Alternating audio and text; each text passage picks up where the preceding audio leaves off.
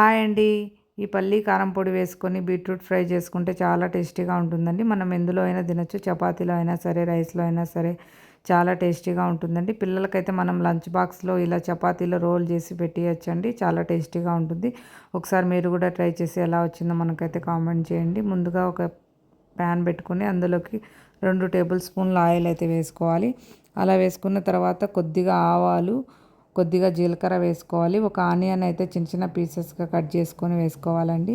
తర్వాత 2 పచ్చిమిర్చిని కట్ చేసుకొని వేసుకోవాలి. కొద్దిగా కరివేపాకు, ఇలా చిన్న చిన్న పీసెస్గా కట్ చేసుకొని బీట్రూట్ని అయితే వేసుకోవాలండి. అలా వేసుకున్న తర్వాత కొద్దిగా సాల్ట్ వేసుకొని మిక్స్ చేసుకొని మనం మూత పెట్టుకొని కొద్దిసేపు అయితే ఫ్రై అవ్వనివ్వాలండి. కొంచెం బాగా ఫ్రై అయిన తర్వాత మళ్ళీ మూత తీసుకొని మళ్ళీ ఒకసారి అయితే బాగా మిక్స్ చేసి పెట్టాలండి. ఇలా మిక్స్ చేసుకోవాలి. అలా కలుపుతూ ఉండాలండి, లేదంటే మనం మాడిపోతుందండి.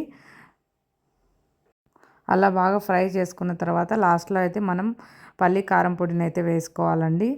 ఇదైతే మన ఛానల్లో ఎలా చేయాలో చూపించానండి. ఒకసారి మీరు కూడా వెళ్ళి చెక్ చేయండి. నేనైతే ఇది 3 స్పూన్లు అయితే వేసుకుంటున్నాను.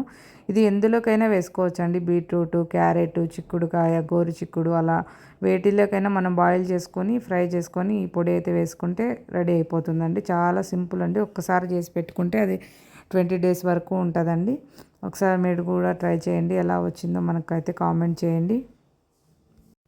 అంతే అండి. ఇలా సర్వ్ చేసుకుంటే చపాతీలకైనా రైస్‌లోకైనా చాలా టేస్టీగా ఉంటుంది. మన ఛానల్ని అయితే లైక్ చేయండి, షేర్ చేయండి, సబ్స్క్రైబ్ చేయండి. థ్యాంక్ యూ అండి.